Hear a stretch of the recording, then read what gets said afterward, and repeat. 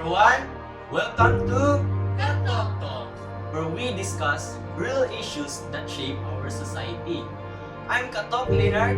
And I'm Katok Vika, and today we're gonna talk about something that fundamentally affects millions of people, the income inequality distribution. That's right, Mika. Income inequality happens when wealth and income are not shared fairly among people. To understand this critical issue better, we invited two guests to share their knowledge and experience. Please let's welcome our guests. Hello everyone, I am John James Arwaluhan, an economy student. And I am Gorchiden S. Makalaging, a community volunteer. Please take a seat. So, General, let's start with you. How would you define income inequality in simple terms? Income equality means that some of the individual or group receive a much larger share of the country's income than the others. For example, the top 10% of the earners might control most of the wealth, while the bottom 50% earns only a small portion. That sounds profoundly unfair. What causes this kind of imbalance? Several factors, such as unequal access to education, low payment of jobs, lack of government supports, and even corruption. When the opportunities are equal, an income won't be either. It is a fact that this disparity undermines social stability. Thank you for that information. Before we continue our Katok Talk, let's see some intermission number for Your our energetic Katok.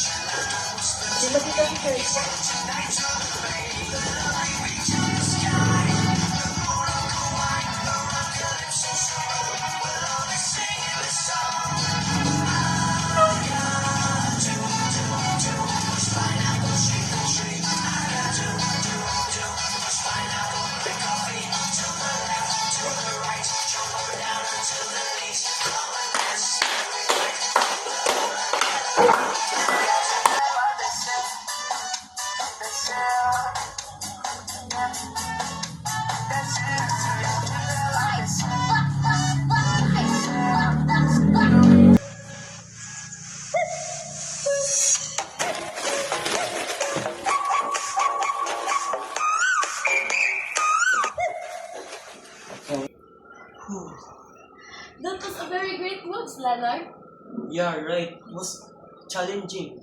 And also tiring. Yes, of course. Yeah, so with that, let's go back to our discussion.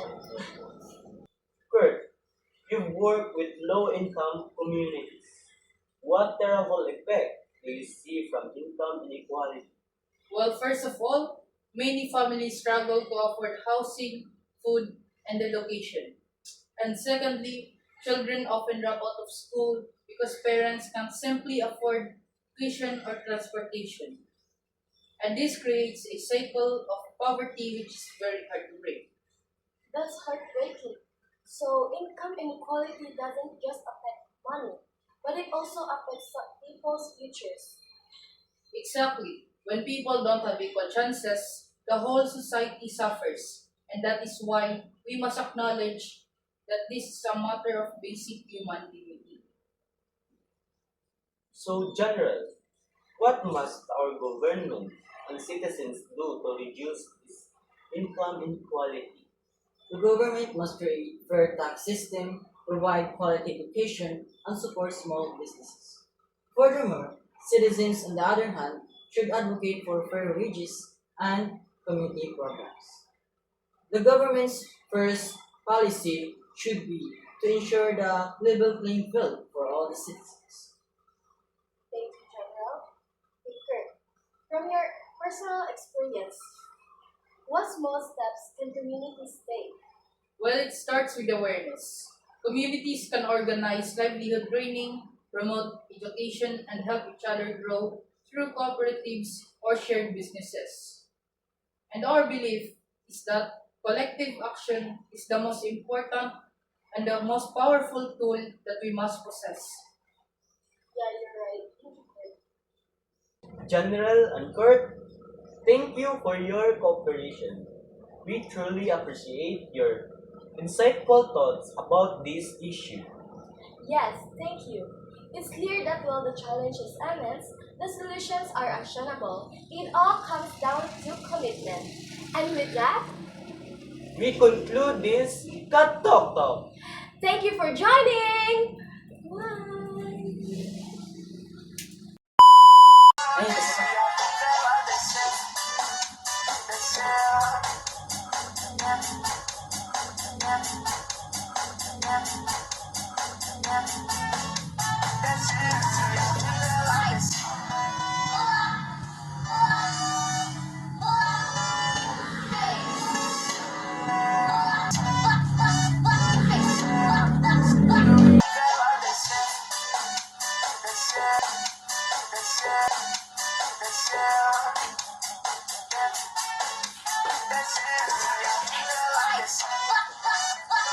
Sorry, okay, nagtawag ka.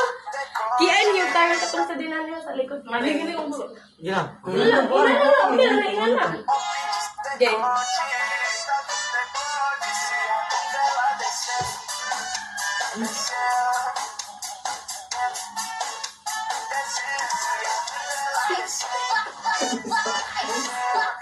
Nagamag ko.